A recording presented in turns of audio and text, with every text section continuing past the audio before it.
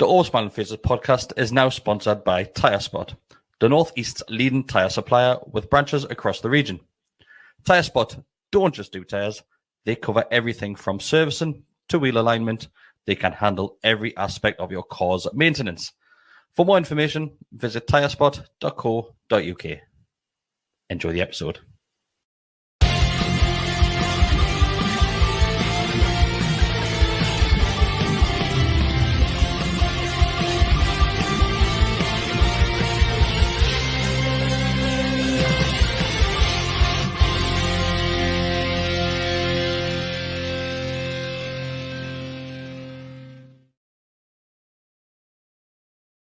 Hi everybody, welcome back to the Always Smiling Faces podcast on the GallowgateShots YouTube channel. We are back live on a Monday night to answer all of your questions, so send them in as quickly as possible and we shall go through as many as possible.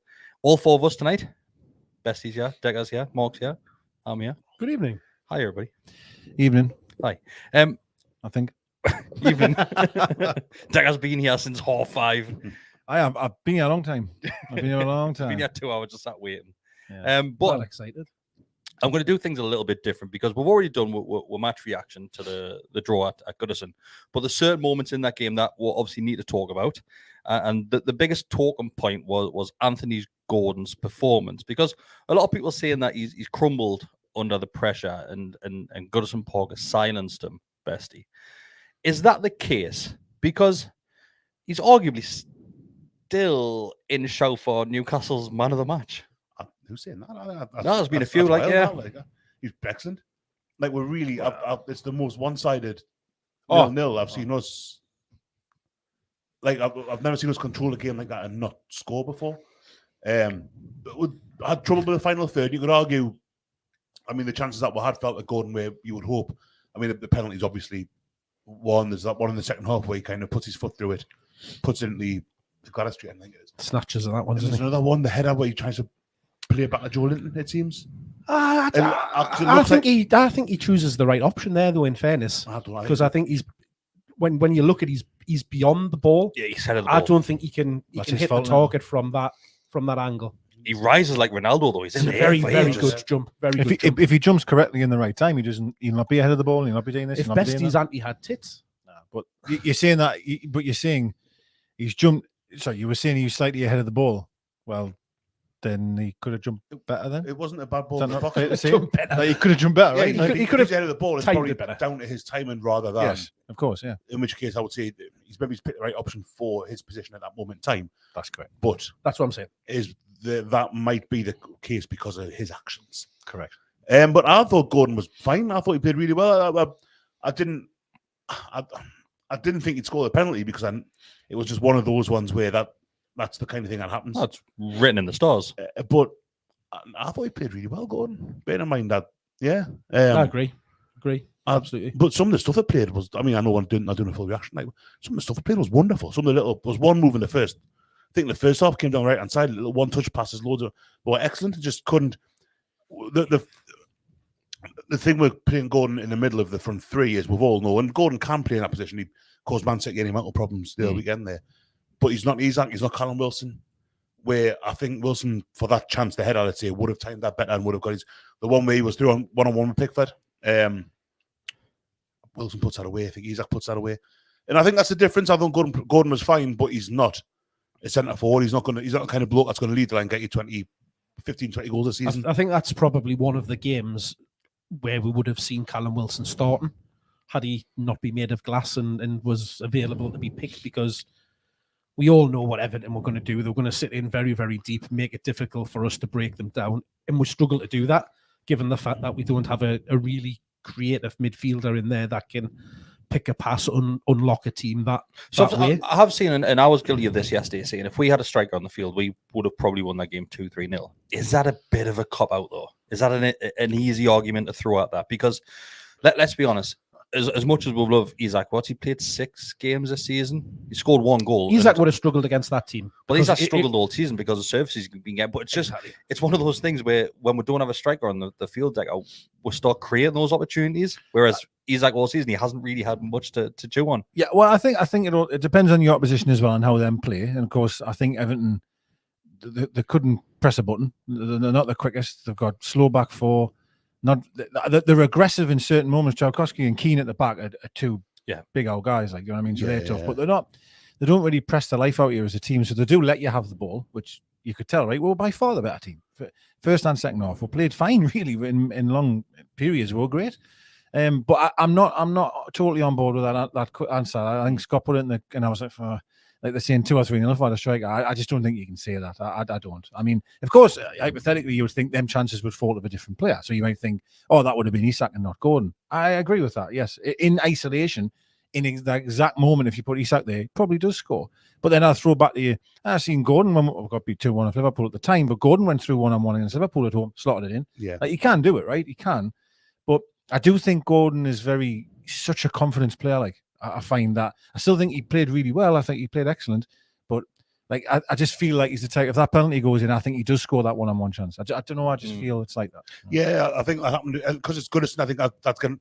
We always kind of prided ourselves on the fact that we used to get beneath Pickford's skin quite often. It's James's. I think the Goodison crowd gets under his skin a bit, like, because I remember being down there last season. In the crowd, you know, they're like, oh, he's back all the time. Did he get a goal disallowed last season? Was that season before? I don't think he's. I can't remember. No, was that season before? Not a Goodison, I don't think. Wasn't that? No. Very tough from down there, isn't it? Yeah, and I think it does kind of. He really struggles. He didn't play the season before, I don't think. Did he not get rested? He was there last season, definitely. Yeah. The season before, I don't think he played. Off the bench, I believe. Was that the game? The season before was when beaten 4-1, wasn't it? But he's that assist. Can't remember. Yeah, it was. That was a white, the Saudi kid. Yeah, but he done. Yeah. Ironically, I thought we probably controlled the game more on Saturday than we did in that one. That 4-1, I remember the first half, we were quite back to the wall. We just scored goals at the right times, whereas we didn't score. Well, obviously, didn't score goals at all on Saturday. But I thought it was a really heartening performance-wise. Ironically, given that we haven't won the league for a couple of games now, more because of Fulham. The last 2 games we played, I thought we played really well. Man City and Everton. I would say it's the best away performance I've seen in a while. Well, this is the thing, Deka. Like, we've sat there this season and said, right, we kind of need yes, we're getting points on the board, but now we need a performance to match that. Whereas we had the performance really most of the areas on the field, but we still got the same result at the end of the day. And let's be honest, Everton were dreadful. They were shocking, absolutely honking. And we've played like that against teams before in Rafa, where we've just sat back in that low block, and it's really hard to break those teams down. But like, are we still trying to figure out which Newcastle United, what our identity is right now? Well, I think we're seeing. I've been much more encouraged the last 2 games. If we take Wimbledon out of it, Man City was much more like what we are. I still truly believe that we're better at a team that if a team allows us to have the ball, we might come away from the game going, we had all the ball there and we played really well, but we just didn't create many chances. Yeah. Whereas I actually think we are ultimately better against a team that we allow them to have the ball and we try and beat them on the attack. Yeah. And I said this at the time, that Man City would probably suit with that. We'll let them have the ball. We've got abundances of pace. The intensity will be high and will cause trouble. But it's proof in the pudding, right? We've scored 1 penalty in 3 games. Sorry, apologise, but it's taken 2 penalties in 3 games to score a goal. We haven't scored a goal in open play. And I think there was a start in the second half where they had shots not on target. Like, there's a problem there. I can't deny that. But I still personally came away from the game. I did feel we had dropped 2 points. I will say that. But I'd come away from the game quite happy, actually. I thought we played all right. And the amount of backlash and people kicking off, I'm seeing, it's a bit over the top, like. Yeah. Do you know what I mean? I think personally. I would go back to what Mark said about there not really being any kind of anyone to put a killer pass through. I'm sure we've got like Bruno can do that, Snarley can do that, Harvey Barnes can do that. Do you not think? Have you seen that? Well, I think that's where the criticism can come in. Where I do believe I don't see it as often as I think you should. I think they are capable. I think I agree. It hasn't happened as much, but there again with teams playing like Wimbledon. I know it was a different team against Wimbledon, but they played with effectively 8 defenders. They had a 5 and a 3 playing just in front of them. Everton at the weekend, they didn't really that spell that the disallowed goal in the first half. A spell about 10 minutes left where the Dan Burn, Dominic Calvert-Lewin penalty thing, which isn't a penalty clearly. Apart from that, Everton just sat really deep. And I think it's hard. Yeah. It's hard to get that space in behind. Could that not be down to the fact that if we use Bruno and Tonali as example, Tonali was playing well again on Saturday. Like, is that not where you want your wingers to be making space for them? Is that not? Is not necessarily the pass or the standard of the kind of product from the middle of the pitch, but if you've got Murphy, Gordon and Barnes as their front 3, should they not be trying to find the space, or is it just the case that Everton defended that well? That I mentioned earlier, Keane and Tarkowski, they're 2 like they're seasoned pros, they're experienced, they're big boys. They're very good at what they do. Tarkowski's moment of madness for a penalty. But, I think I've seen Michael Keane got named in a couple of teams of the week over the weekend. So, that's... Well, we had all the ball, something like 70% of the ball, high 60s or 70s, was it? They did defend very, very well. And that's why where I disagree, Chris, with you saying, have we found what identity? Yeah, I don't think the identity's changed. The way that we set about that game was what we do. I think play everything down the wings. Was intensity our identity? No, I mean, as in that's what's in the way we room. approach and play the game. So everything that we were doing, to Besty's point, is we were trying to go through the wings. All they did was sit back and block and stop us being able to get in down the wings, stop we're playing those little 1-2s or in moments that we're seen in the first half. And that's where not having somebody that's in the middle of the park that can pick the ball up, look for a ball in the feet between the defenders, look for little runs, because we were looking to try and do that in triangles, but it was all coming from the wide positions. Well, I think Bruno does do that, man. We've seen Bruno plenty of times do that. But that's might be, once again, lack of your striker up top. But I think, obviously, we do get chances, Mark. Like, whether or not there's a striker on the field, we'll still get chances. Bruno gets one cleared off the line, which is complete luck that gets cleared off the line. He hits the back of his heel and it just spins back out. Then you've got a chance where there's a confusion between Gordon and Bruno again, and Bruno's absolutely skies it. Gordon's one-on-one with the keeper, misses that. There's a penalty, misses that. But these aren't chances that are being created through a good bit of movement. Well, the Gordon nice one passage is. of The play Gordon or one is one-on-one like that one is. And the Gordon Bruno one is because Gordon picks out on the wing and comes inside and 1-2. That comes from a very good ball through in between where the defense have pushed up and left that space in behind. That was a fleeting moment during that game where they were right deep, but that wasn't allowing that space in having that space. To what Deka's just been saying there is, against Man City, who'll come out and attack you and push on you, leaves that space in behind. Well, I think when we see. I think we are a better team, like Deka said, when we're counter-attacking football. Hands down, I don't think anybody can argue against that. It's certainly more effective. So that's the identity that I'm talking about. Yeah, counter-attacking football. But there are going to be teams, and there'll be teams now in the bottom half of the table that see our performance yesterday and go, we're going to try and do exactly the same as what Everton's done. They've been doing it for the last 2 seasons. We've always struggled against teams that just sit in deep and defend because we don't have that person that's magic on the ball to break. The thing is, teams do struggle. I remember Man City coming to St James's under previous managers where we've sat deep and we've got results against them by doing 100%. The same thing. It doesn't. I don't think it necessarily points to a deficiency in how we play. It can always be better. But I think when we concede goals, we always go, well, like, Shea should do better there, Trippier should do better there, such and such. And it's the same when we score goals. Everton, if they conceded a goal on Saturday, would have been saying, well, why is Keane done that? Why is Tarkowski? Goals, generally speaking, come from capitalising on mistakes. It's not always a wonder. It's very rare or not as common that you'll see a wonderful flowing move where everyone goes like, that was just brilliant. There's always something gone wrong somewhere. And that's why when they say it's defences that win championships and stuff like that, it's because if you can keep a defence, look at when we were finishing, the five at the back, Pope, Byrne, Trippier, Botman, Shea, and that was a defence. That was a five that played really, really well because they were consistent. Whatever happened to the end of the pitch didn't really, not that it didn't matter, but it's not as, if you keep clean sheets, you don't lose games. You guaranteed at least a point every game.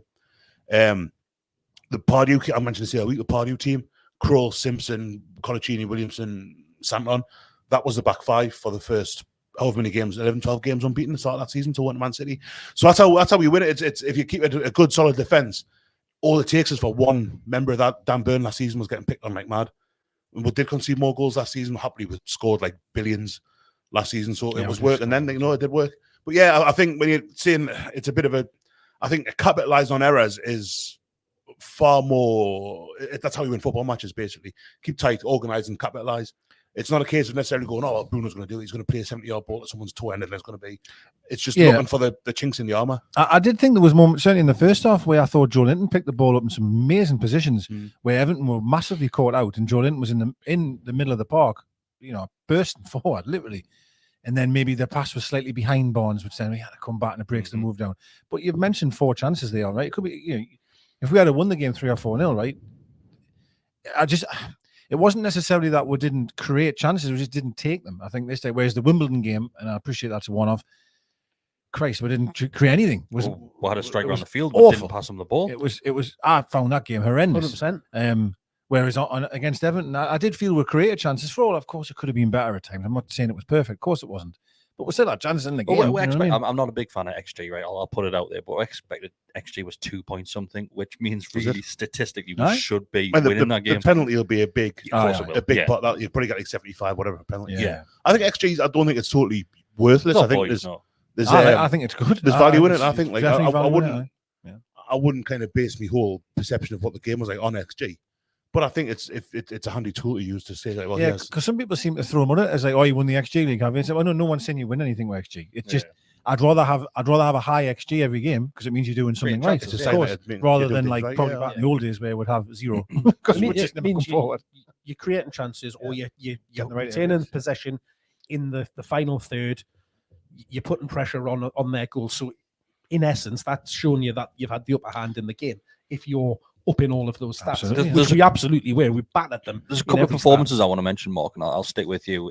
I think was probably saw the best games from Bruno and Joelinton this season. I thought Bruno was great, and Joelinton, like Deka has mentioned as well, kept on dropping on that left hand side, which we know he does so well. Barnes had a bit of a hit and miss. Like he kept on trying, but what we see Barnes do best is cut inside, which he wasn't really doing much. And I think again that's coming from the way, and you've got to give Everton a bit of credit there. You know, it's not difficult for them to do their homework. It's not going to fall. I'm telling you now, that is going to go. That's going to go well, yeah. You know, they know how we play. So Sean Dyche has set the team up to stop our wingers and stop us from creating anything down those sides, because everybody knows looking at it that he's meant to move the flag as well, that if Bourne gets the ball, he's going to come inside. He's going to play a 1-2. He's going to come in and try and come along the box. So all they did is put men along the edge of the box so that he had to keep going and pass the ball on. That's why I'm saying in a performance like that, that's where, and it might even come over as a bit of a criticism of how in the tactics that we're playing is you need to switch things up there, because you're relying on a break or something's happening, or being able to get in behind on those one-off chances to get a goal. But yeah, Barnes didn't have his greatest of games, but we see that from him when, again, against these types of teams where he doesn't have the space, he can't run at them, he can't come inside. He does look a little bit ineffective. But I thought Joelinton, it's probably the type of game where he excels because he can get his foot in midfield. Yeah, he can win a lot of things. He can be powerful. They weren't looking for that fight in the middle of the pitch, which allowed him to run away and control it. And then Bruno, as we say, was then free to be able to pick the ball up. It was then what's happening in front of him where I think a lot of our issues stem from. There is another player I want to mention, but I'm going to come on to this and save this one for Deka. But Besty, Trips had a difficult first 15 minutes. I think he gave away the ball 3 times in a row in quick succession. He's not the greatest at Goodison, like, is he? He's honestly, when I saw the first 15 minutes and he gave it away, I'm thinking, oh, he's doing it again. I can't remember. Can you not remember? Were you pissed at this point? Were you pissed? I had a good drink by this point. I can't really remember. He was loose in possession. I was definitely loose in possession. Like just sloppy passes. But he wasn't quite the loose only and sloppy one. myself by that point on Saturday. Yeah, he wasn't. But we'll go on to the next player. Deka, your favourite, Jacob Murphy. He struggled. Like, positionally and doing the job that you were supposed to do in regards to team setup, does it well. But every time he's got the ball at his feet, he just didn't look like a footballer. If I might interject for a moment, I remember him putting at least one like wonderful ball in the box and just being no one there. Do I remember right? Is that one? Yeah. Don't we get one per game from him? No, that's exactly it. That is exactly it. It's a funny one with him, right? If he's played in them moments where he hasn't got the full, even not the full battle, but you play him in and you just ask him to whip the ball in. There's probably not many people better that we have to do that. He's got a wonderful delivery. I'm not questioning his crossing ability. And he hasn't always had that, mate. That's the last couple of seasons for me. But that's about it. Like, I mean, I don't know how he still gets on. And I mean that as respectfully. It might sound awful, that, but and I'm going to mention him now. Almiron, man. I'm telling you, he gets far too much shit at his door. He come on and within 20 minutes, I've done more than him. 20 minutes, man. But he's still getting absolutely slated for his performances from coming on. That's insane. That is, I can't remember him coming insanity. If people are thinking, if anyone had a problem with him, there was one where someone messaged me as well. The ball got played in and it was just slightly overhit. It was a poor pass to him, but he tried to cross it. He did with his right foot. And someone said, if only he had a right foot. And I went, well, hold on a second. He's just used it. He's just used it, you bell end. Like, he's literally just used it. He had a shot as soon as he come on. His link-up play was The better. deflection, the shot, wasn't it? 'Cause it was on target. He puts his foot on the ball. He'd have a little look. But he cuts back. He stops the game. He's got to come back He inside. smiles. And I had that debate Runs again. around. Someone said, well, when he plays right wing, he comes on his left foot every single time. Right. Well, have you watched your mate Minty? Have you watched Salah? You watched Jared Bowen? I mean, every single right winger in the world, except Murphy, cuts inside. They're nearly all inverted. Of course wingers, they aren't do. Of course they do. Barnes and Gordon. But Maxim. apparently, Almiron's the only right winger on planet Earth that doesn't use his right foot. None of them do, man. None of them. So don't keep throwing mud at them. Sorry, what was the question? Mind you, it's Jacob What Murphy. did you think about Jacob Murphy? Oh, aye. See what he does to us. No, but I just listen. I'm not campaigning here saying that Almiron's a Ballon d'Or winner. I'm not daft. I'm aware that his limitations, right? The problem is both of them have got Fast forward limitations. 2 weeks to Deka slagging off Mickey. No, bring this back. what was it?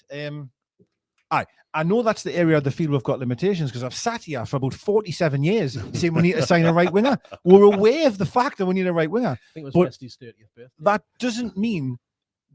does not mean that you just have to discard Almiron. That's just unfair. That is unfair.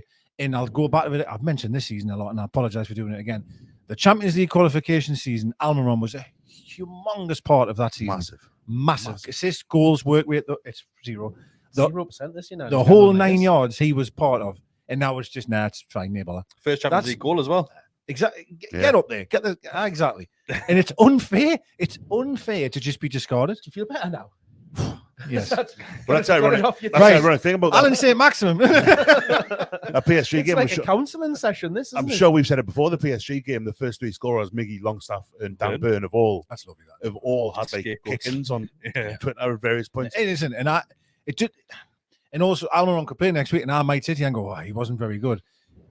That's fine in isolation, but I don't like the idea that he's completely forgotten about, and now Murphy has to be starting right winger all the time. Because I honestly believe Almiron has something to offer. I really do. He hasn't. You know what is right? If you don't start Almiron, then fair enough. That's Eddie Howe's decision. But he hasn't really had much game time either. Like throughout the season. I know only a handful of games in, but he's had minimum. Well, Murphy's like 10 minute times. That's how I felt. I felt it a few Minus weeks. 10 men. Fulham was didn't get started. And then obviously that game on Saturday again. And the Barnes situation, a point that Mark made there, and I do agree with, is like, I mean, it doesn't take rocket science, to understand. Teams usually Ben Arthur, he's coming inside, so the centre midfielder may join, or the centre half would come out, and next thing you know, there's just a block in front of you. Yeah. And it's difficult. Barnes always will come inside. Gordon can go both ways at times, and that's why Barnes is. We all know how amazing he is. Christ, if it wasn't for him and his goals, God knows where it would be, right? Truthfully. But Gordon does have more, he's more dynamic in that sense. He can go either way. He's faster than him as well. But I'm not criticising Barnes there. I'm just saying, once you start putting that block coming inside, you've got a problem. Maybe you need Hall venturing further on, which then people will criticise he's not back. But you need someone then maybe to accompany him with an overlap to try and take a man away to give him an option to come inside. And I think Howe did recognise that, because there was a stage where he swapped Bonds and Gordon, didn't he? He put Gordon out on the left to Bonds was up top for a little while.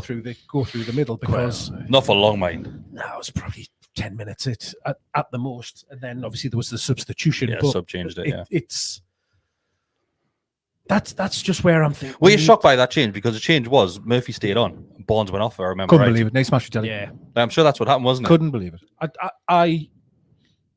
I thought that what we would have seen was Murphy going off I and thought your batteries had run out there. Osula coming on. I didn't want to be the first to mention it because I don't think I've heard your opinion on this, and maybe not Besty's. I'm quite strong on this opinion. Osula, should he have gotten minutes, or are you quite happy he didn't come on at all? I think we've said it. Yeah, I think the game needed a striker, and he was the striker. I think Eddie Howe should have been a bit braver and went for the game, but I don't know. I've not seen enough of him for him to warrant that start. Well, not even a start, all those minutes. When yes, you've got Gordon there. Yes, I know he's not a striker, but he's got that experience and he has played there before. So I'm not sure. I thought the Wimbledon game would be a perfect opportunity for him to play. Of course it was. If we're passing the ball. But we didn't pass him the ball. We didn't pass him the ball. That's what I mean. I've seen some ridiculous comments and takes about his performance during the week. Like, oh well, he's obviously, he's not good enough to play against Wimbledon. That's why he's not coming up He had against one Everton. shot, didn't he? nobody could have watched him play during the week and not noticed the movement and the runs that he was making. The issue that we had is exactly what you've just saying. We weren't passing the ball. He was constantly in between the defenders running. He was even doing that classic Andy Cole thing of pointing where he wanted the ball passed because the ball just wasn't coming. And again, that takes us back to the issue that I'm banging on about tonight, is that there's nobody just picking that pass, playing the ball through and getting that running. It has been highlighted though that the way the substitution went is that people were expecting to come on later on, but because we had already used windows of subs, we couldn't have done it. It's this new rule about this. Yeah. You can't. You've got to do 3 stoppages. Aye, 3 stoppages, and we had already done it. So people were expecting later on in the game, the last 5 minutes, 10 minutes for them to come on, but physically couldn't have done it because is it Trips that picks up an injury? Maybe. I think Trips picks up an injury, and I think that changes everything. Tino came on, didn't he? So I think we've got to throw that into the mix. But I was expecting it a little bit earlier. Like, yeah, for me, he had to come on. Like, I mean, and I'm not asking for the guy to start by any stretch. I'm not, because I get the situation, and Gordon's fine up front. But when you 1 minute Hoyne Barnes up there for a few minutes, and Miggy's coming through the middle for a few minutes, and then Gordon's gone back in there, we're putting some crosses in the box, and I thought we need someone up there physical, and regardless, right, of his lack of experience, people will say he is still a striker. And he will know how to position himself in a certain way. Might not score. I'm not saying he will, but I'd honestly believe when I see enough of him in midweek that I thought he was quick, very quick, actually, very quick, surprisingly quick. Actually, really quick. Yeah, he's a big boy. He's a big lad. He's quick, and he's again. And I mentioned right at the start here, he would have been against 2 very experienced that would probably kick lumps out from centre halves. I'm not suggesting it wouldn't have been easy for him. It would have been easy for him. But I honestly thought he should have come on. I really believe that. The thing with the substitute that did happen, it did allow us to be able to get that dual link up on the left hand side with Willock and Joe Linton, with them 2 interchanging, and that did bring us a bit of good fortune and a good bit of pressure with that change. And we've seen it in obviously before Gordon came in, and even in these early days have been there. Them 2 linking up with that inside left and wide left position, swapping between them worked brilliantly. So I think that the substitution that we made, keeping Gordon through the middle and allowing them to do that, was probably what Howe was thinking. But I guess like Deka said, we don't know what impact he would have had coming on up front. It could have been exactly the same situation where he's just not getting the ball in there. But at least tired boy tonight, Besty. I mean, how was maybe thinking, like, to reference Mark? I don't actually know. How doesn't even think about social media probably, but like Mark saying there, he's getting pelters for Tuesday night's performance, which is diabolical, by the way. If anyone's giving him grief for that one, but maybe I was thinking if I do throw him on here, and he has a nay say, it might rock his confidence and his fans' belief, and etc., etc. But maybe that's why he didn't come on. It could just be that Howe doesn't think he's ready. Like, I think there's an element of that as well. Like his fitness isn't going to be there. I know he's been on the bench. We should be buying a player then that needs to. I'm sorry when we've got. Sorry to interrupt you there, Besty. I am. But we've got 2 players made of glass here up front, and if you're buying a third striker for 10 or 15 million, however much it was, right? And if he's not ready to play, well, you've got to remember he's still a very young lad, So is Hall. So is Lewis Miley. He was 12-year-old man. Hall didn't play last season. It took Hall a full season to get in the team, didn't it? 12-year-old. I'm not asking him to start. You have to remember this. No, I know. I'm not asking him to start ahead of Isak and Will. I'm not. But when you're 2 strikers down and your third one's up now and he's not ready, then for me, you should have went and bought someone else that's ready to come in. It's a funny one, isn't it? Because was it 10 million that they paid for him? And we were saying at the time for a third choice striker, you've got to be. I mean, yeah, it's a tough That's position what people need to remember as well. It's a tough. How you sell that to someone who's going to cost you like a £40 million striker, which isn't like anywhere near top tier these days, but it's someone who's going to get a few goals. They are not going to come and say, "Oh, I'll sit on a bench for like behind Wilson." You might get if you're lucky, and what happens, and we've got Isak and Wilson knackered. You will get some games, but you're kind of taking that risk, aren't you? So I think it's hard.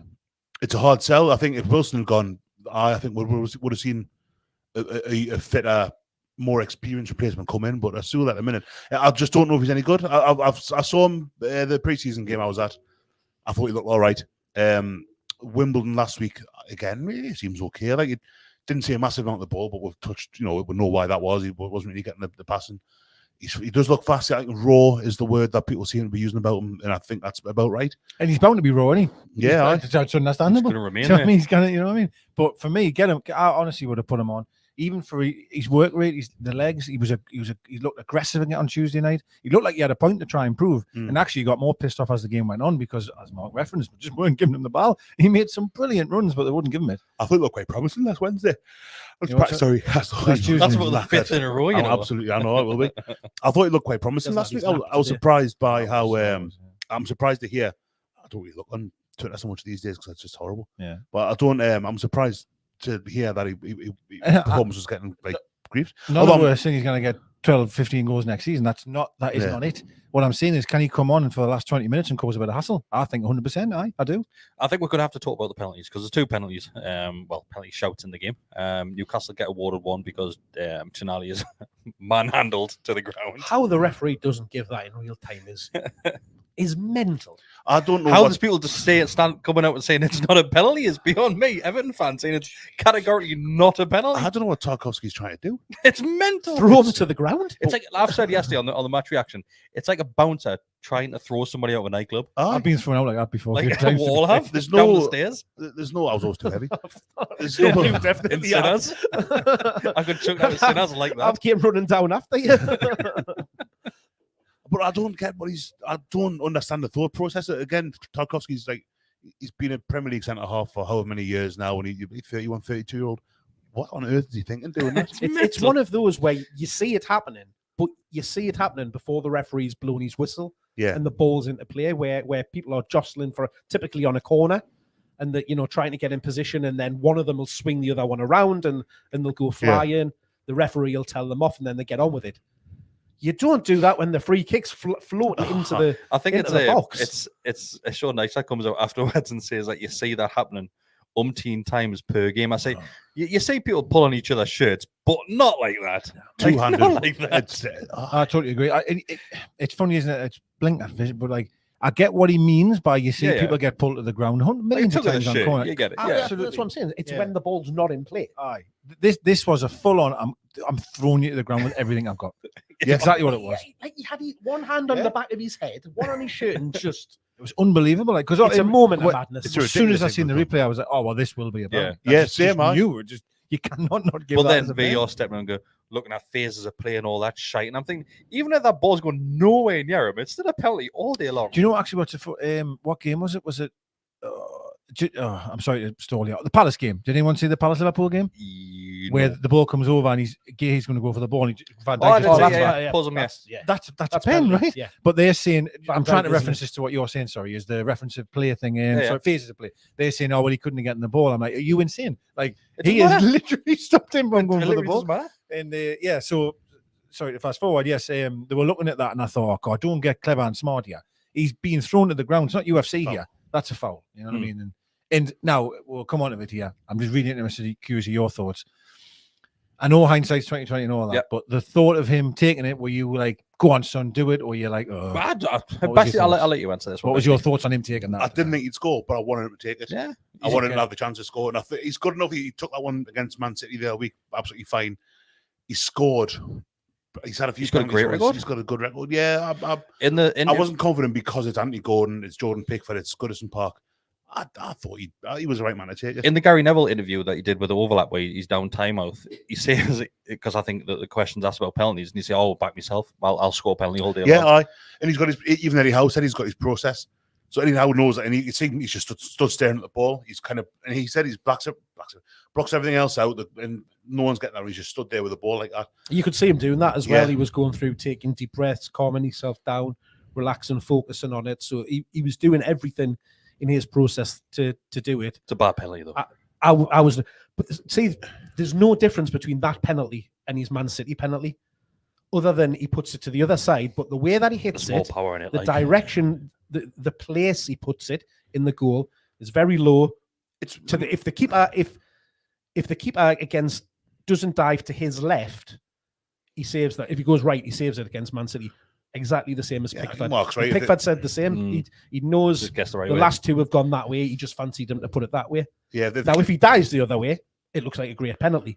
I always say that when people say it's a bad penalty, I'm thinking, well, there's better penalties, and the majority of penalties you see that go in on great. It's changed now, hasn't it? The penalties aren't. A lot of them go in halfway between the middle and the post. If the keeper goes the wrong way, it goes the wrong way.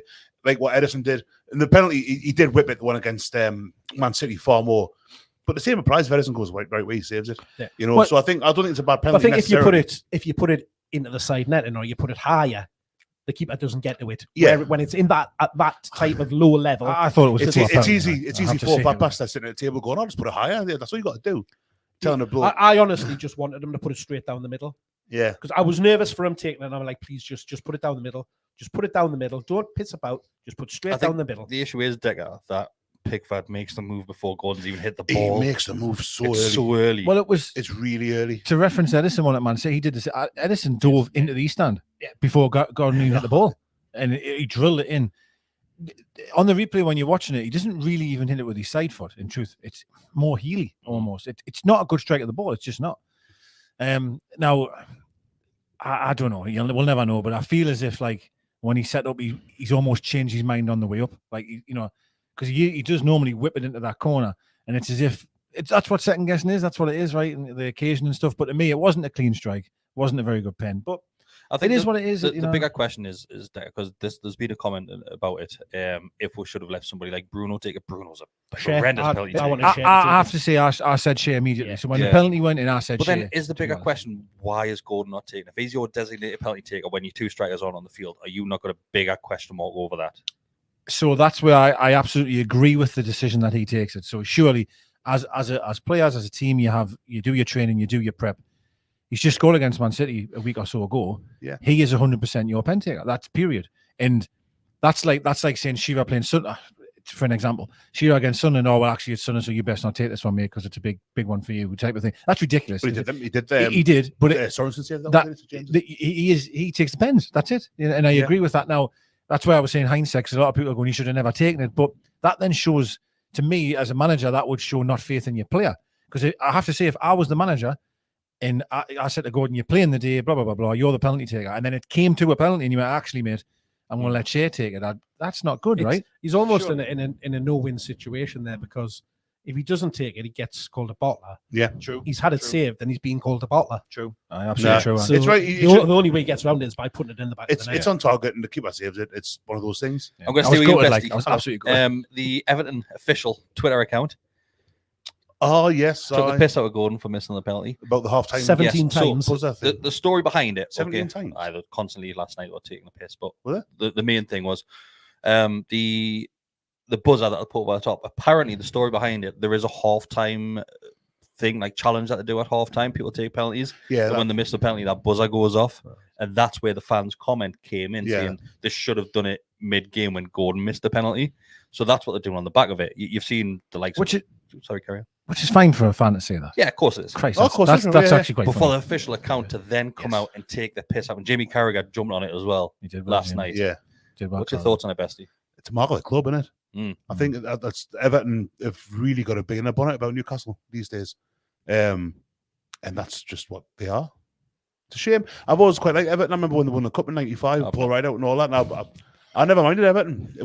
They've really just are. They've kind of they've become the new Sunderland in the Premier, with regards to Newcastle in the Premier League and all that. The stuff with Villa seems to have died off finally. I was going to say they've overtaken Villa.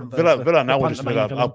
Again, when I was a kid, I used to like watching Villa, Dale Atkinson, Julian George, and all that. Milosevic up front. No bother with him. I was the same in Everton. I've never really minded Everton. It's Duncan Ferguson. I was sitting watching. I was going to watch something with Amy and Terry the other night. It was a Sky Sports had Duncan Ferguson's. I was like, no, I'm watching this. For Everton, he's just. We've had some good Everton players over the years.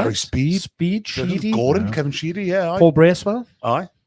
Yeah. Beardsley. Steve Watson was back and forwards. The same, yeah. No, I know it's just a shame. I think it's a little bit lacking in. Like fans can. We're just fans naming do players. We take the piss out of other clubs and stuff like that. Like, Yeah, I think fans. Yeah, of course. Yeah, I think it just for the official account to do that is strange. It's a bit of a shame. And it's like, why are you doing that for? Especially when he's someone who's come through there. If it had been like Shearer, let's hypothetically, it wouldn't. But to be Anthony Gordon, who's kind of played for Everton and come through their books and all that. Well, that's what Carragher came out and said. Left the club. That's pretty much left the club because he's getting chased down the street by their fans.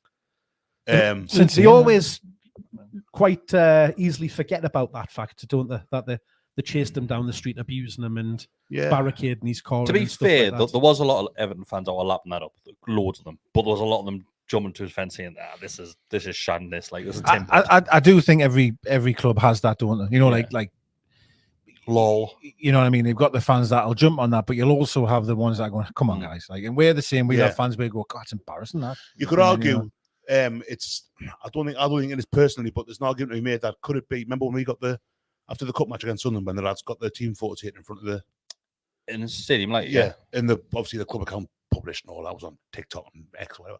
There's an argument you could. I did not want to agree with necessarily, but I'm putting it forward here.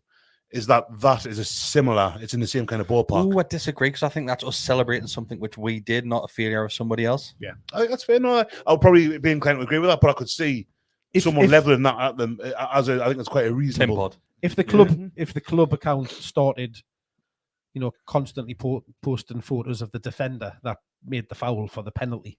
Did they do all that? Was it as bad? I've only seen the one thing with there's a whole host of different tweets about that. Like, about not loads, but what's popped in my mind? Who was that guy that scored an own goal? Lansbury. Did we? I was just wondering. Did our account ever I feel like we might have. I think we might have put a photo of him running into the goalpost. No way. He's like that's where he scored. Where he scored the goal. I think the official account might have. That's what I thought. I didn't go back and check. I just my initial reaction was I'm having a right. Posting a picture of a goal. They're not. They're not putting flowers over the top of it. It was a cross. I'm not saying it's as bad as the Gordon thing, but initially when I seen it, that's swings roundabouts. Yeah, it does, doesn't it? That's all I was trying to say. Yeah. It's bad. I think we need to go to that side of the field as well. Okay, mate, yeah. So the penalty claim that they had, once again, it's split. There's so many pundits out there saying that it is a penalty. Now, if you haven't watched Ref Watch yet, go and watch it because I'm not a big fan of Dermot Gallagher, isn't it? Yeah. That does it. I'm not a big fan of him because put on the accent. I think it's the most maddest thing. Just Maddie's accent. But then I think he just gets himself in nuts. But you know what it is? He's unbelievable in this one because who's the presenter? The one with the glasses, the actual presenter. Older fella, not the young one. The older one. I forgot his name. I know you. Mike Neville. Yes, it's Mike Neville. Right, Tim. But whoever it is, right? He's saying it. Right? Can you explain that? You're saying there that it's not a penalty because the Everton striker has kicked Dan Burn. But if we're going to look at another penalty, which is the one back against West Ham, where Calvin Phillips kicks Gordon's leg, how that was a penalty. And hang on, he jumps in and he says, "Well, what do you mean?" You see, the referee got it right both times. You see, well, how? He went because the player that has been kicked is awarded the decision. Yeah. So we got the penalty because Gordon was kicked. Evan didn't get the penalty because Dan Burn was kicked. And the presenter goes, "You're wrong." And he's like, I'm not wrong. I thought exactly. He just goes, "You're wrong." I thought exactly the same. No argument. He just goes, "You're wrong." Mike Wedderburn. I can't remember. Honestly, he just goes, "You're wrong." You're incorrect. That's all. Watching that back, I thought exactly the same thing. In real time, I thought it was a penalty all day. When you watched it, I was like, "Oh God, that's a penalty" because of the way that it happens. And I think that's everybody's reaction. Obviously, when you then see the replay, clearly Calvert-Lewin kicks the back of Dan Burn's leg and causes himself to go down. Hence, it's not given. But I'm in total agreement if that happens at the other end of the pitch, and Calvert-Lewin kicks Dan Burn because Dan Burn becomes the striker. He's the person being fouled. Because he's the one being kicked. Yeah. Exactly right, yeah. So it would be a penalty if we're in the attacking team. You're wrong. The defending if it had been Dan Burn You're trying wrong. to kick through, if it just put Calvert-Lewin and Dan Burn, switch the other way around. If Dan Burn kicks through the back of Calvert-Lewin, 100%. Yeah, it is. Even though both of them are going for the ball, like he's trying to shoot for the ball, and then we would see the other one's trying to tackle for the ball. It's kind of both people are doing the same thing. True, right? The thing, the person that's getting fouled is winning the award. I agree with the decision. I'm not trying to be. Honestly, Dermot Gallagher at one point, like you're just staring at, waiting for someone, the presenter, to say something else, and he goes, "What's your point?" I don't. You're wrong. The thing is that Dan Burn doesn't like. You know how you see Gordon do it, actually, or Harry Kane do it, where he'll step across and make sure there's contact. Dan Burn doesn't do that. He's literally trying to get the ball. He gets kicked through the back. He does really well because God, mate, he's putting himself in the position to block the strike. That's all he's doing. He's just stepping across. He's not even touching him. What on earth? Goodness me! If he's not allowed to do that, well, you might as well just stand and go shoot, mate. Like what you meant to do? Like, do you know what I mean? I did worry it real time. I have to say, but once I seen him kick, I was like, it's fair enough. It's a very honest interview from Dan Burn. You wouldn't have heard this, Besty, because you were pissed at this point. Dan Burn comes out in his interview and he says, I wouldn't have been shocked if if the referee had gave the on-field decision and VAR hadn't stepped in to rule it otherwise. He's very honest with that, and you don't say that very often. No, because Good decision. as we've all just sat around here and said, in real time, it looks like it could be a penalty. In fairness to the referee, he doesn't give it. I don't know whether that's because he can see it very well and he's made a great decision. He didn't even give you the other one. Whether he's just thought there's a coming together. I think he was letting other people make his decision, to be fair. That's the way. It's the way to just cop out of everything, isn't it? VAR serious. Because that high bar, I agree with Ben. If he gives that as opinion, I'm not so sure I'll get overturned. Overturn it. Yeah. Do you know what I mean? Even though it's blatant Well, noise, both of them were absolutely the right. I agree with that. I agree with that. Yeah. And not just because obviously we're at the favour us. benefit of it.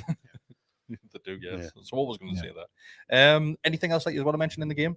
In fact, referee performance. Why did it take so long to get a yellow card out? We were getting smashed all over in the first half. Particularly Gordon got it a few times. I will mention this.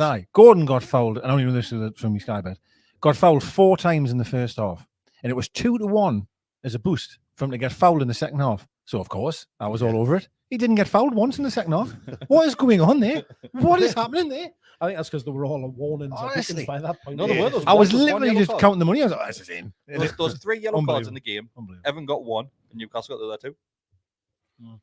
Ridiculous. Well, I get it. I'm not really a fan, when they get card happy personally, because I feel like I like to see a physical game and getting stuck in. Whereas if someone gets booked early, because he's almost set the sort of the tone of any foul's going to be a one. Yeah. So I get both sides. Is the likes of if you just highlight Ashley Young, who was constantly screaming at the linesman, constantly. For the referee not to step in at that point. How aren't we beating a team with him in fullback? That's been his whole career. That annoys us that even more. He's about 54.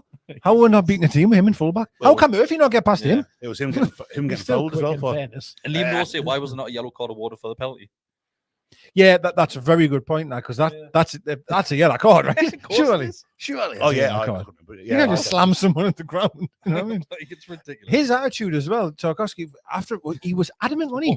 He was like, I've done nothing wrong, and he was kept saying it was mental that whole thing. Did you see that's why I can only think that he thought the game wasn't in play or something like that when he's done it. I thought he was trying to suggest Sonali had a hold of him, which, don't get us wrong, maybe a little bit. At the very start of the incident, they have a hold of each other, and that's where Sean Dyche is saying you see that happening every game, and I agree, you do. You see that wrestling, the pulling, and everything like that.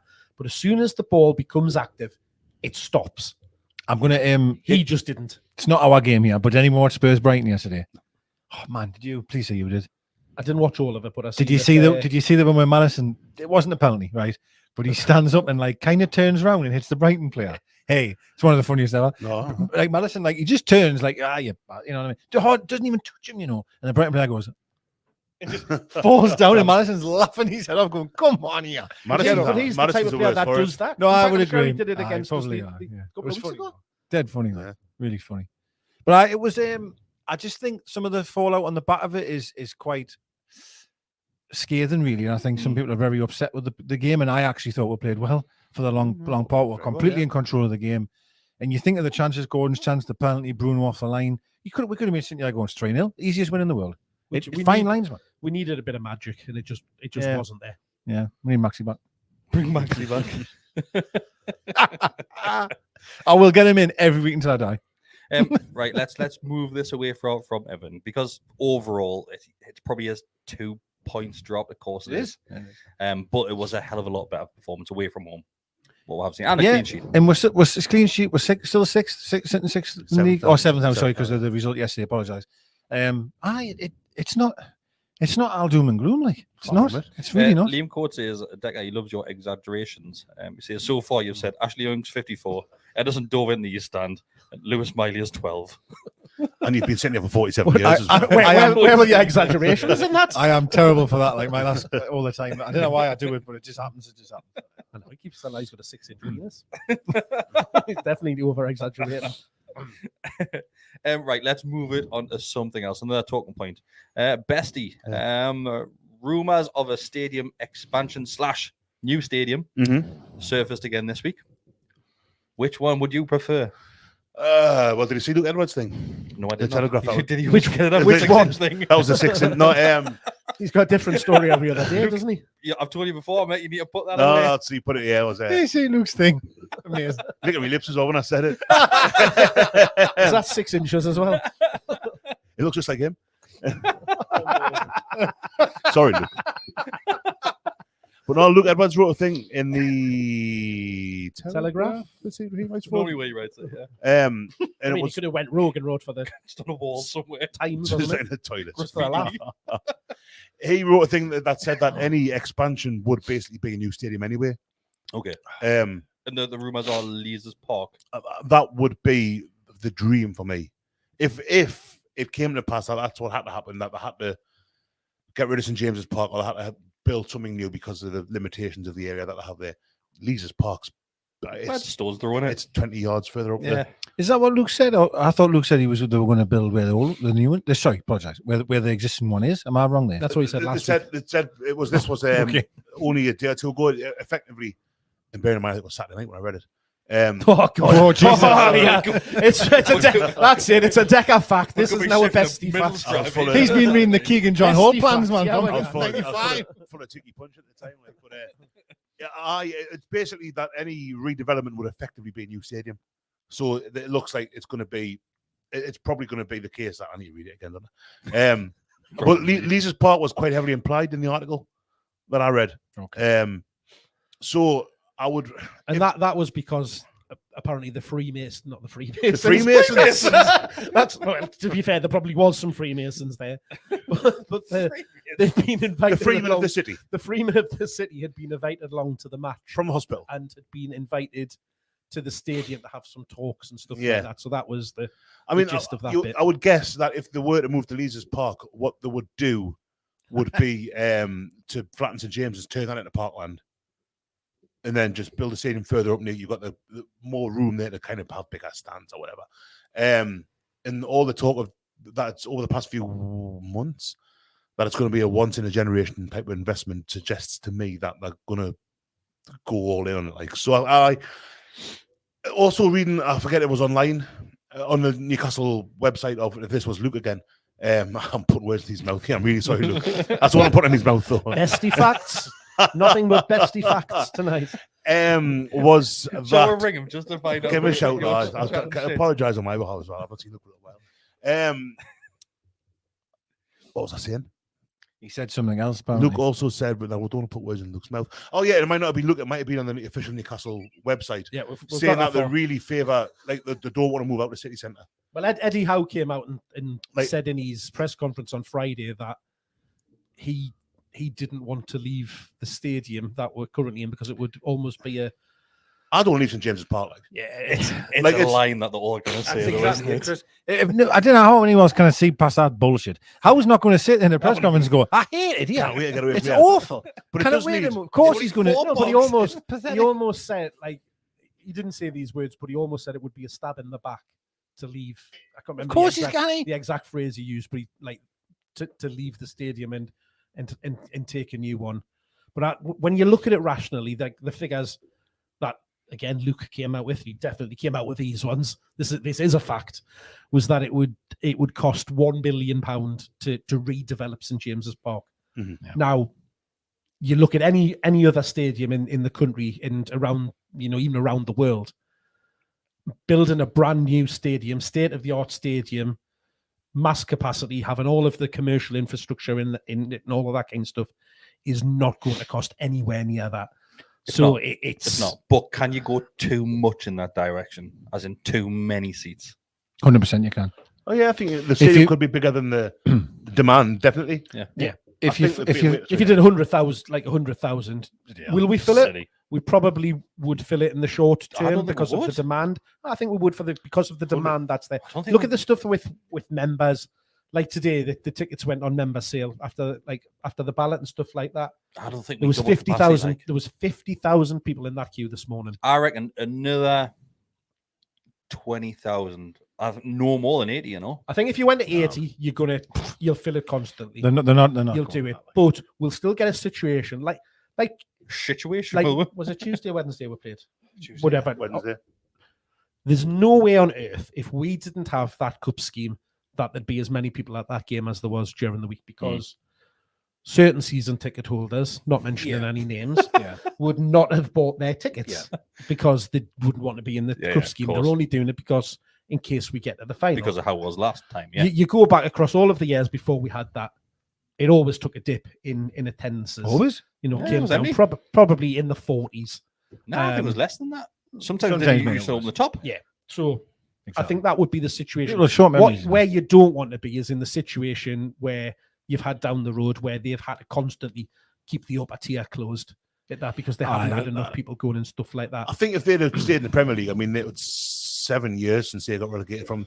They had 4 years in League One in that time. I think if they'd have stayed in the Premier League or competed at the top of the Championship, as I've done, I watched that game on Friday. They're playing well, and that's why I'm saying I think that stays open. I don't think we have any issue with filling 100,000 seats. Mate, you're insane, mate. 100,000. Relax. Mate, there's not a club team in the country that has a lot. Celtic and Rangers wouldn't. You're aiming just high. Look at the numbers. We've got 52,000 there now. So double it. You think we're going to double that? You keep looking at now. You keep looking at like literally the queue on fucking Tuesday. That's exactly what I'm saying. That's exactly what I'm saying.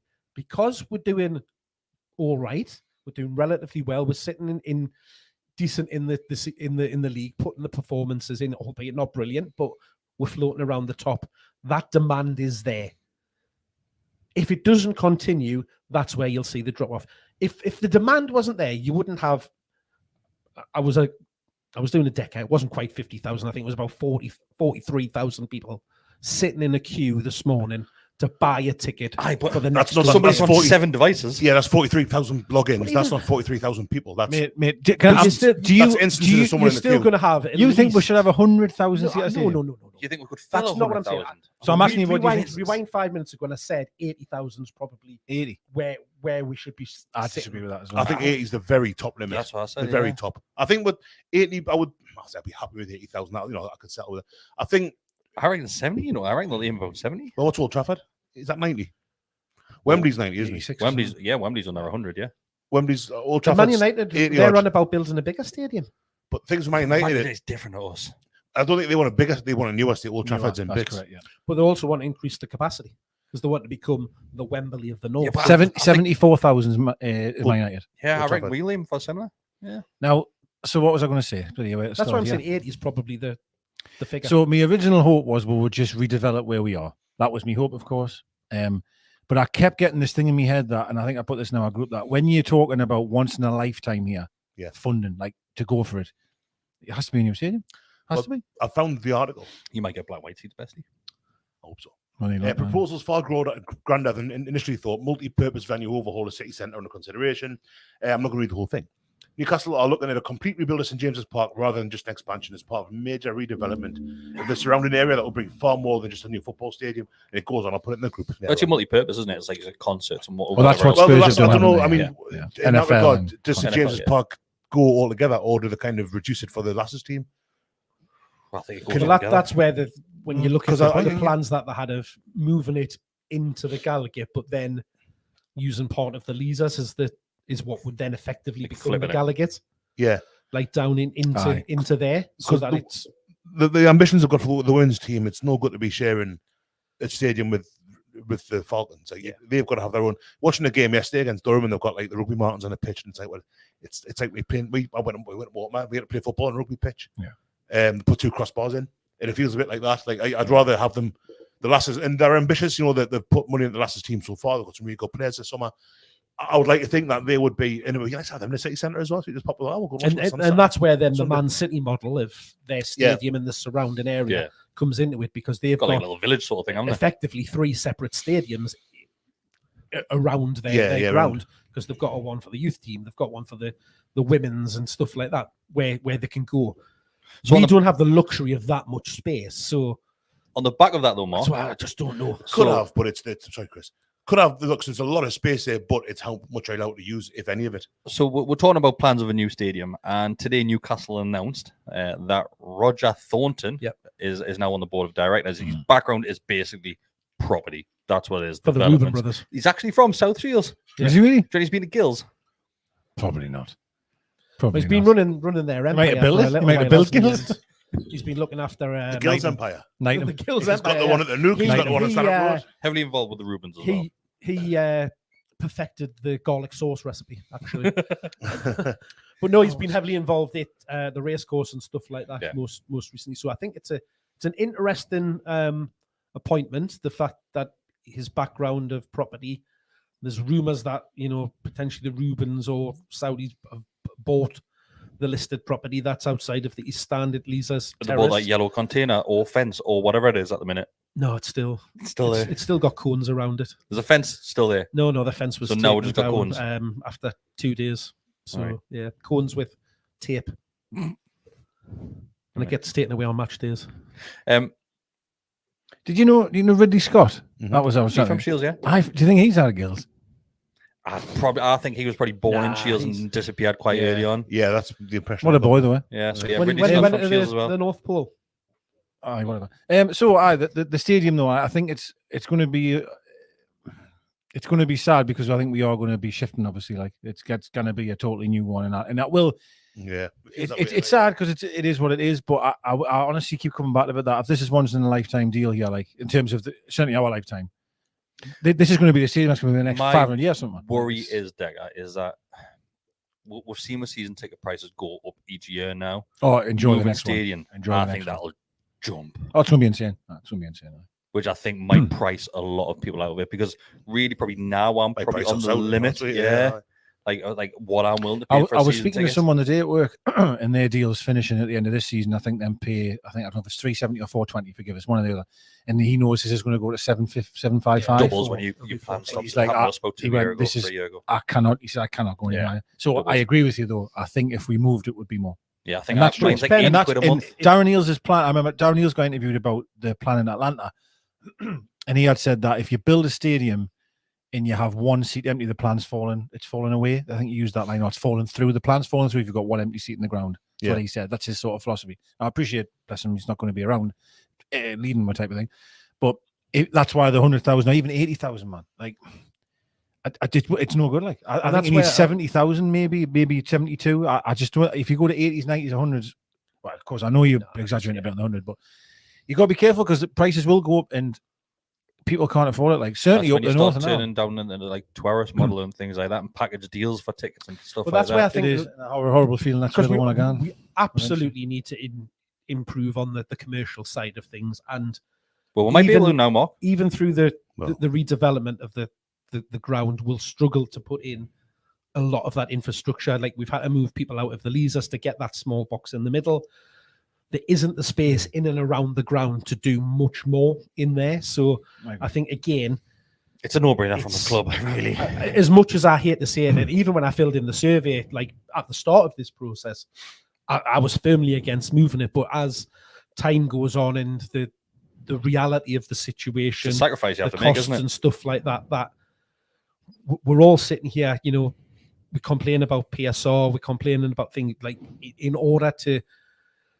We've got to remember that they've brought into there to invest and to make money, not just to keep chucking money into the club. So the only way that they can do that is getting more commercial revenue through the door, and that like when going to be. I know I bang this drum a lot, but when I went to do the Spurs tour, the second time I did it, it was the Fury fight was on, and they were setting up for that. Yeah, and I thought, God, it would be amazing if we could. I'm not just saying boxing. The NFL was there yesterday. NFL was there yesterday because the lads were down there. I went to an NFL game down there, and it would be amazing to host, them type of events, right? And because when I went to Spurs, they had taken the football pitch away. And they had the other pitch come up where they were up, and I was like, it's amazing. Right? They do it in Madrid as well. We've got similar things. That's right. Comes up and if we want to become what we want to become, we're gonna have to. I love St James. I don't want to move away from St James's. I really, really am looking. I'm still looking to as if it's my choice. You know what I mean? It's not what I want at all, but it at the very least it needs an overhaul. Like, it's been the same for 2001. Is it 25 years since it? I meant to ask you this one as well. These stands changed a bit. It has, considering with the boxes they had and stuff. It has developed to a degree. I was going to say, but I get what you're saying, though, mate. That bit, but the stand itself is 1970s, 78. Yeah. Are you surprised? Yeah, I think it's 3 years ago today. Am I right in thinking? Takeover. Yeah. Anniversary. Are you surprised that this is happening after 3 years? Like, because personally speaking here, right, the thought of moving stadium, right, is never, and I mean never, ever entered my mind, because Ashley owned were for what felt like 40 Yeah, years, yeah, right? 70 So years, that wasn't it? thought never we even weren't filling the weren't stadium. filling. Seats 10,000, tickets gone, all that type of Yeah. shit, right? So to my mindset, it's like I remember when Arsenal moved from hybrid Emirates, and you think that's a bit of a big deal. That like Man City moved from Main road to you know what I mean? Eastlands, yeah. All big deals, all the rest of it, right? But in my mind, I mean, it'll never ever happen to us. And even when them bought were, that was never something that crossed my head. And then I within agree. 3 years, 3 years now, the talk is I think Oh, it's It's been because we always thought, well, that's easy. We'll just extend the Gallowgate. well, it wasn't just that. I thought it was in order to move, you've got to be a successful team. Arsenal were winning Premier Leagues and FA Cups at that Highbury. people have blamed What the about stadium for. Spurs and West Ham? That's a great point. No, that's a Well, West Ham's West Ham. West Ham's I was gifted. West Ham's gifted. Yeah. Spurs, I'll absolutely get on board with you on that point. But most generally speaking, you've got to become something before you move. That makes sense. I mean, That's what I thought. I agree. I think you're right. I think 3 years it's really quick. Quick, 36 right? months. But then you think it only took a year and a half to get in the Champions League. Mm. So I think that will have accelerated God, things. that feels about 3 years ago. I know. I know, like, We've got some questions, lads, so I'm going to go through them as quick as possible. First, as always, is Josh Stockton, who sends in a donation as well. Thanks, Josh. Yeah, Josh, He says, happy takeover anniversary. Looking back over the last 3 years, Hands. what have been some of your favourite memories, and have there been any decisions that owners have made that you would have done differently? Start with you, Mark. Favourite moment? I'll go first. It's PSG got to game. be PSG. Yeah, has to be PSG game. It's home. It's got to be all of our favourite moments. Surely, right? Closely followed by the Spurs one. I was going to say, yeah. The Spurs start first 20 minutes. Yeah. That wasn't the first 20 minutes of the Spurs game when. Oh, did you mean the 6-2? Sorry, did you mean? The one where we battered them were like 3. Oh, like 10 sorry, you minutes did or mean that something. one, yeah. I actually what will always stay with us is that one when got beat by the way. The Big obviously. River one. Aye, that was it. It was Yeah, white hot. You know the noise when it Wilson was, scored. aye. It was white hot. Like it was Scored like a 2 minutes or something. for me, the last home game that season, Arsenal at home. Arsenal was in there. That was because I wasn't a PSG, and the PSG it's obviously PSG. But the thing was because I COVID and I didn't get to go. The Arsenal one that was the seeing the leaders with the black and white stripes and the blue star in the middle of the goals and the, Is that was when they had the full stretch? Was it 3 different things, yeah. Along the east end was this team almost like yeah. character Yeah, drawings. had of the it. team. Was that right? So- Sorry, am I wrong? So in the no, it was one where I had the big blue star. Oh, of That's course, the blue star on the sorry, leaders, yes. yeah. Blue star. And a magpie. Then we had the Or magpie, the NUFC old crest, badge as well. That's That's right, it. because that was like and the gold banners with the flag, the star, wasn't it? the atmosphere was unbelievable, and we played them off the park as well. Hammered them. It Absolutely was battered. brilliant.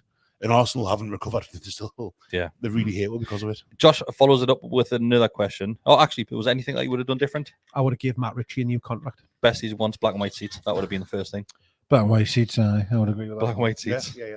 Yeah, that's what. And for the club shop to be done a hell of a lot faster than what it is. It's annoying. I'm on Club Shop Watch every day, and So there is it's a annoying, question. yeah. I'll quickly jump to this Escalator question gone before I in go the back day. to Josh. True. There's a question, and it came from Liam. That says, has Deka pressed his nose against the new shop window this week? They've got. So they've you got- are You you can't, are 'cause you updating. can't get out the window because Yeah. it's cordoned off. They've put a poster out as new saying "Stay away." Like it's like, No, watch no. out for this man. But I did, Deka just for people just sorry to interrupt, but people don't know. Deka gives us updates almost on a daily basis in the WhatsApp group where he takes a photo and there's a tiny little thing like Yeah, next to nothing's changed. they move the cone. There's the definitely- escalators There's now definitely changed. more work happening because they've Oh, actually they put like almost paper on the windows to All right. stop you seeing Like in page now. 3 and that, like what unless people you- used to do in the house. Unless you're high and you can see through the top windows Yeah. now. So they've painted the windows outside. They've painted them black, not the glass, but the frames Yeah. are all black. And now they've put an escalator in. Now, when you used to go in the club shop originally, the escalator would go, if you went in that door anyway, it would go to your left. Now they've changed that. It It's went gonna from go the- to It your went from right yeah. to Southeast left, didn't it? to- Yeah. Aye. Southwest. So now basically your escalator is going to bring you out where you would get your shirt printed. Yes. Technically, if that makes sense. If you're Yeah. around. Have you seen how the knockback? I couldn't get that close today, Right. but I'm not going to the office tomorrow. But the next time I go in the office, I'm going to get right up there. Because the rumours were people. I'm going to don't ask know the that. builders if they let us in. To be honest, I'm going to say, oh, wait, Just let us get a in. hard hat and just sneak in. Hard hat and Take high clipboard. vis, aye. I'll put a pass on. Clipboard, that, yeah. I'll just go, yeah. You'll have a Newcastle high vis knocking around somewhere. Get on, see if you got them green polo shirts. Should we dressing gown? You can buy them on the Adidas website. The green What? ones, can you? You can buy the green polo shirt and the tracksuit. Yeah, you'd be a bit out of Top. place if you're wandering around wearing one of them. Did you see though. my dad wearing his? Aye, for Playing the golf. yeah. He was well hung. Did you see the picture? He was Sorry, kicking off. beg pardon, was, yeah, you're right, not my dad. It was, Right, Next question. right I'll package on admit him. It's another 6 one inches. from Josh Stockton that says, if Emery got the job as originally intended, do you think he'd have done as well as Eddie Howe? He's doing a mid job at Villa. He's doing a really good job. Absolutely I think he would have found it harder. We were such a. Yeah, we're keeping us up at that season. Have we had this conversation recently? Don't think so. I've obviously someone else. I think we were in such dire straits when Howe took over that it would have been very difficult for Emery to do what he's done. I don't think to there do was. what Howe did, but I think I think he's done a really good job with Villa. I don't think would be far off if he kept up that first season. I don't think would have been far off doing what we've done in that time since anyway. And Villa started the season well as well. I don't think really there's another manager could have done what Eddie did when he first came. Yeah, I agree. That's how much I agree. Emery obviously doesn't think he could do it because he turned the job down. What I do think is mad with Emery, and this is not anything. I like Villa. Villa have done amazingly well, Champions League, all the rest of it. But I do listen to a lot of YouTube videos and talks about a lot, right? Probably way too much than I should. And they were all banging the drum massively about Villa this, and Lee Hendry was on there, right, saying they've really. I thought they were going to struggle having Champions League football. How much they've embraced it. I mean, literally wax lyrical, right? Yeah. I'm thinking, One game. it's like, we're 8 games into the season. They've played one Champions League game. They drew against Ipswich. I know they beat Bayern midweek, and I'm not taking anything away from that result. They drew against Ipswich on the weekend, and Henry had his dick out on TalkSport, literally going mental about them. And I'm thinking, settle down. Come back and have that conversation 20, 25 games into the season. That's when injuries in November, December, when you've been playing Champions League. Don't judge after 8 games saying how amazing this is and amazing that is. Then I watched them yesterday because bearing in mind, every man and his dog, they're going to absolutely spank Man United. It was horrendous, that game yesterday. Horrendous. And that's because it's Champions League football. You've got a wonderful game wedged in between 2 shit draws. Factual. Yeah. And that's what happens. Sorry, next point. Right, next question. This one is from Josh, not Josh Stockton, Josh Kurz. He says, if you could all make one realistic signing in January, what and who would it be? I think, as always, we're going to have to go for a position. And as always, it's going to be the exact same answer that you're going to get. Right wing. Oh, see. What's the winger for Brentford called? Mbemba. That's the one. Mbemba. Him. Keep going. He is very good. I Mbemba, also like that at Bournemouth, if I'm honest. And I think we might be linked with him at one point. He plays.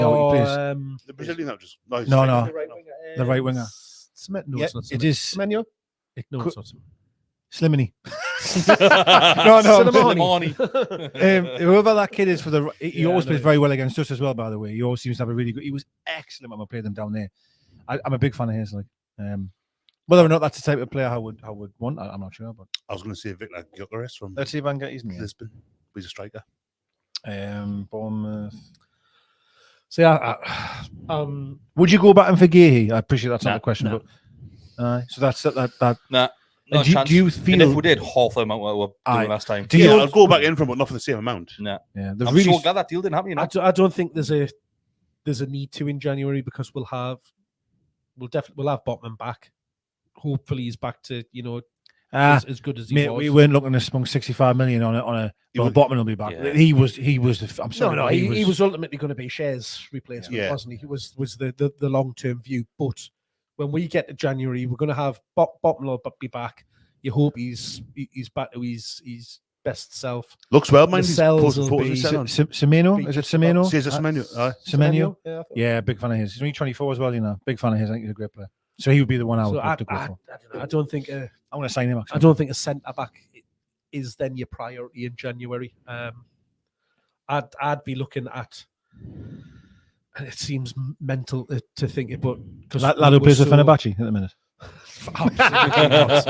Absolutely not. But we are quite oversubscribed in midfielder. But I think we just need a 10 different. I think we need a 10. We need a 10. If we had somebody like a Maddison, we've got 10-8 at the weekend. Somebody like a Maddison, that type of player that can just be in there.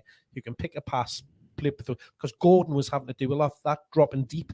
Coming and getting the ball, and then there was nobody in behind him. Tonali. Let's just go. It doesn't matter. Tonali. What was your thoughts on Tonali on Saturday? All right. That's about it. Yeah, I thought he was a bit loose on the ball. Dropped later on, like, all right. In this, a lot of people have said that as well. And do you know what I want to say on that one, right? I agree with the comment to a degree, but did you not feel that everything Tonali tried to do pass-wise was normally trying to make a difference? It was listen, anyone can have 100% pass actually if it's me to Besty all night. Do you know what I mean? That range. I felt Tonali every time he got it was trying to to make the passes we're talking about. You know, the passes Yeah. that make a difference. And I appreciate it might get intercepted, but he did a few lovely moves or really clever on the ball. I felt like, you know, it's some player there. Something I read about when we first signed him was that his pass completion for whatever, maybe in Champions League or Syria, was really quite low. But that's because that's what he's doing. He's playing a risk, call it right? a low percentage. You know, Yeah. the likelihood is it. But when it comes off, it's like You're in. you're in a far better position. Yeah. Instead of just doing the Leon Britton thing, just I will roll that 5 yards that way. Exactly. That was what he did back in the day. Yeah, That was what Drinkwater. Scott Parker. Drinkwater used to do. Danny Drinkwater. Yeah. It used to infuriate me. That's just 3-yard pass, but he'd come off 100%. Yeah. I could do that. That's what I do in pro clubs. But I You just sometimes need that ball retention. No, but you've got three in midfield. Yeah. You've got One of 3 in midfield. Yeah. So one of them needs to be Swap your the Madison. boots. One of That's your what might be. players needs to be the And one that's when I look at that situation we've got in midfield that you potentially need to have 2 sitting and 1 just in the middle up front rather than doing it the other way. I agree. One sitting in the 2. Right, boys, I'm going to call it a night because that's One more question, 1 go hour on. 15. One more question. Do you know what it is? Oh, lads? we haven't even spoken about the Man City case. Well, we can do that in another video because we've been coming out now. Well, Oh, over an right, hour to keep- 15, right, right? yeah. So there's no football on the weekend, so I'm sure we might be able to squeeze another There's one. an England game. Maybe we'll squeeze 2, another in one. fact. Maybe. Thanks. Thanks everybody who's joined us live tonight. Just like the video, it means a lot to us. Become a subscriber if you're not already a subscriber, and if you do want to become a member and give an extra bit back, it is just $2.99 a month to become a member.